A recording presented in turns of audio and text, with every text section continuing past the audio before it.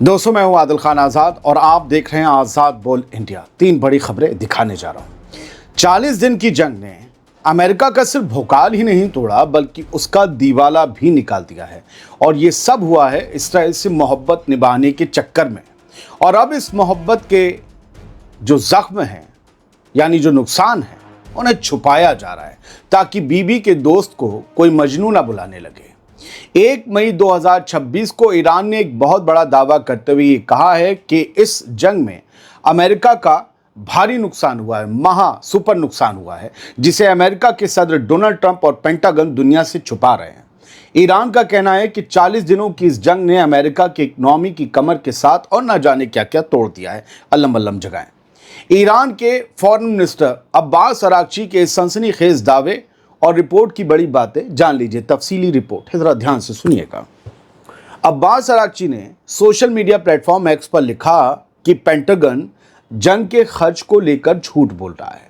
उनके मुताबिक नेतन्याहू की जिद की वजह से अमेरिका को अब तक सीधे तौर पर $100 बिलियन का फटका लग चुका है, जो सरकारी आंकड़ों से 4 गुना ज्यादा है। अरागची ने कहा कि इस्राइल फर्स्ट का मतलब हमेशा अमेरिका लास्ट होता है।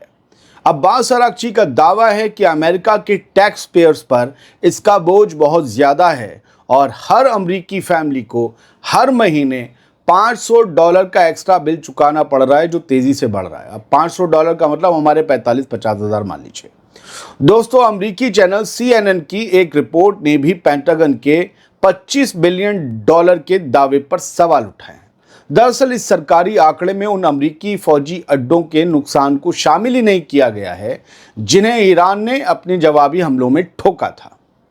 $25 बिलियन नुकसान हुआ, ये पेंटागन ने कहा था। ईरान का दावा है $100 बिलियन और CNN भी पेंटागन के $25 बिलियन वाले नुकसान पर सवाल उठा रहे कि नहीं, नुकसान तो बहुत ज़्यादा है, तुम तो खाली हार्डवेयर बता रहे हो, जहाज़ ये सब ये जो हुए और फौजी अड्डे उसका क्या। अभी सुनिए रिपोर्ट बाकी है। अगर मरम्मत और हथियारों की भरपाई को जोड़ लिया जाए तो ये खर्च $50 बिलियन के पार पहुंच जाता है, यानी हजारों करोड़ रुपए। मरम्मत वॉरशिप्स की भी और अमेरिकी मिलिट्री अड्डों की भी। हार्वर्ड यूनिवर्सिटी के एक्सपर्ट्स का अंदाजा तो और भी डरावना है। उनका कहना है कि ईरान के खिलाफ ये जंग अमेरिका को 1 ट्रिलियन यानी 1 लाख करोड़ तक की पड़ सकती है। उनके मुताबिक जंग के 40 दिनों के दौरान हर रोज करीब $2 बिलियन खर्च हुए हैं। इस खर्च में सिर्फ हथियार ही नहीं बल्कि तबाह हुए फौजी अड्डों को दोबारा बनाना, हथियारों का स्टॉक भरना और जंग में शामिल 55,000 फौजियों की मेडिकल सहूलियतों का खर्च भी उठाना शामिल है। डोनाल्ड ट्रंप के मुखालिफों में गिने जाने वाले अमेरिका के मशहूर सीनियर सेनेटर बर्नी सैंडर्स ने भी इस पर सख्त नाराजगी जाहिर की है। उन्होंने कहा है कि इराक और अफगानिस्तान की तरह अब ईरान वॉर के नाम पर भी अरबों डॉलर पानी की तरह बहाए जा रहे हैं, जबकि आम आवाम की तालीम और घर जैसी ज़रूरतों के लिए पैसा नहीं है। दोस्तों, ईरान का ये दावा साफ कर रहा है कि ये जंग सिर्फ ज़मीन पर ही नहीं बल्कि इकनॉमी के मोर्चे पर भी लड़ी जा रही है। जहां अमेरिका के सदर डोनाल्ड ट्रंप इसे एक बड़ी कामयाबी बता रहे हैं, वहीं इन आंकड़ों ने अमेरिका के अंदर एक नई बहस छेड़ दी है कि भैया बहस छेड़ दी है कि भैया ये कौन सी कामयाबी कि सब फट गया कोट पैंट हमारा। अब ये देखना है कि क्या अमेरिका और अमेरिकी आवाम इस भारी भरकम खर्च पर खामोश रहती है या डोनाल्ड ट्रंप के खिलाफ कोई बड़ा मोर्चा खुद अमेरिका के अंदर ही खुलता है। आप समझिए कि ईरान ने कैसे नाटो में बंटवारा करके रख दिया है खामोशी से। अमेरिका के सदर डोनाल्ड ट्रंप और नेटो के बीच की दरार अब एक बड़ी खाई में बदलती नजर आ रही है। ईरान के खिलाफ जंग में साथ न देने पर ट्रंप ने अब इटली और स्पेन को सीधी धमकी दे दी है। खबर है कि ट्रंप इन दोनों मुल्कों से अपनी फौज वापस बुलाने पर संजीदगी से गौर कर रहे हैं। इस बिगड़ते रिश्ते और ट्रंप के सख्त रुख की बड़ी बातें जान लीजिए।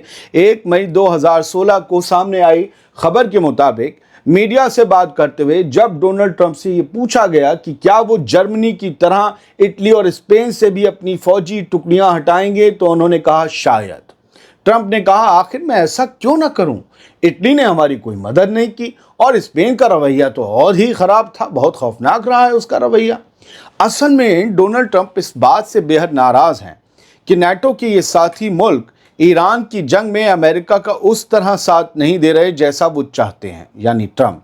खास तौर पर होर्मुज़ के रास्ते पर अपनी नेवी तैनात ना करने और ग्लोबल शिपिंग की हिफाजत में अमेरिका को अकेला छोड़ने पर ट्रंप ने अपनी सख्त नाराज़गी इन दोनों मुल्कों से जाहिर की है।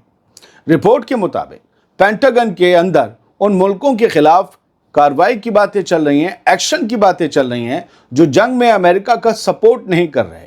हद तो यह है कि स्पेन को तो नाटो से सस्पेंड करने तक की चर्चा की जा रही है। आपको याद दिला दें कि पिछले महीने ट्रंप ने अप्रैल में स्पेन पर पूरी तरह से ट्रेड बैन यानी कि ट्रेड एम्बार्गो लगाने की धमकी दी, क्योंकि स्पेन ने अपने उन तमाम फौजी अड्डों को अमेरिका को हैंडओवर करने या इस्तेमाल करने पर रोक लगा दी थी, जहां से अमेरिका ईरान पर हमले करना चाहता था।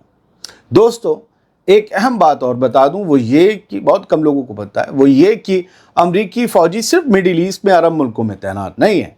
दिसंबर 2025 के आंकड़ों के मुताबिक यूरोप में अमेरिका के करीब 68,000 परमानेंट फौजी तैनात हैं, जिनमें से 36,400 फौजी सिर्फ जर्मनी में हैं। जर्मनी के पास जबकि अपनी खुद की मजबूत फौज है तब भी, लेकिन ये सब नाटो के कायदे कानून के तहत ज़रूरी है। अब ट्रंप का ये ताज़ा इशारा बताता है कि वो यूरोप में अपनी फौजी मौजूदगी को घटाकर उन मुल्कों को सबक सिखाना चाहते हैं जो उनकी ईरान पॉलिसी की मुखालफत कर रहे हैं। दोस्तों, नाटो के अंदर आई ये मोटी दरार, बहुत मोटी है, मोटी दरार साफ इशारा कर रही है कि ईरान की जंग ने पुराने दोस्तों के बीच भी दीवार खड़ी कर दी है। यानी ईरान ने अपनी हिम्मत से इनडायरेक्टली ही सही मगर नाटो को बांट दिया है। फजीता मच गया है।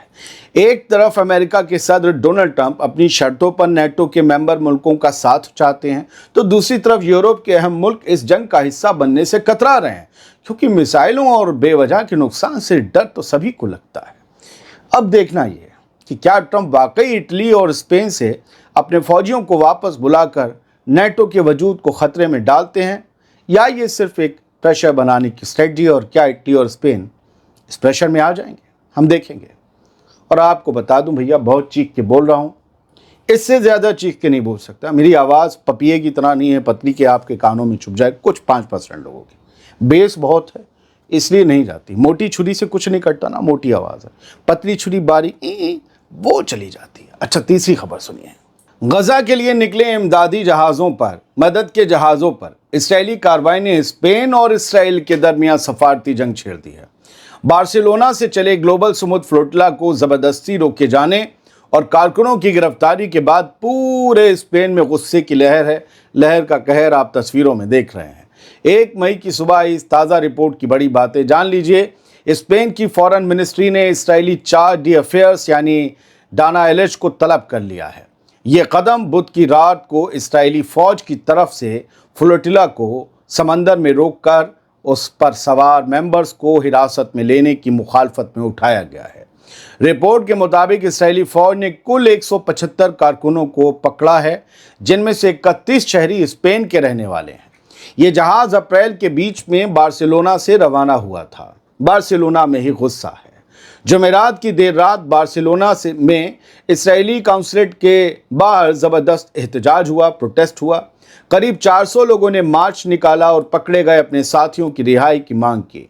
सोशल मीडिया पर आई तस्वीरों में देखा जा सकता है कि लोग इसराइल की इस हरकत से बेहद नाराज हैं, गुस्से में हैं। स्पेन के फॉरेन मिनिस्टर होसे मैनुअल अल्वारेस ने तुर्की, ब्राज़ील, जॉर्डन, पाकिस्तान और कोलंबिया समेत कई मुल्कों के साथ मिलकर इसराइली कार्रवाई की सख्त मजम्मत की है। अल्वारेस लगातार फ्लोटिला के ऑर्गेनाइजर्स और दूसरे मुल्कों के फॉरेन मिनिस्टर्स के साथ राब्ते में हैं। मुजाहरा करने वालों का कहना है कि जब वो अमन के साथ मार्च निकाल रहे थे तो पुलिस ने उनका रास्ता रोकने की कोशिश की। एक्टिविस्ट का सवाल है कि हुकूमत किस बात से डरी हुई है। उन्होंने साफ कहा कि वो मुत्तहिद होकर इस जुल्म के खिलाफ लड़ते रहेंगे जो जुल्म इसराइल कर रहा है। इसराइल की इस हिमाकत ने स्पेन के साथ उसके रिश्तों को और भी कड़वा कर दिया है।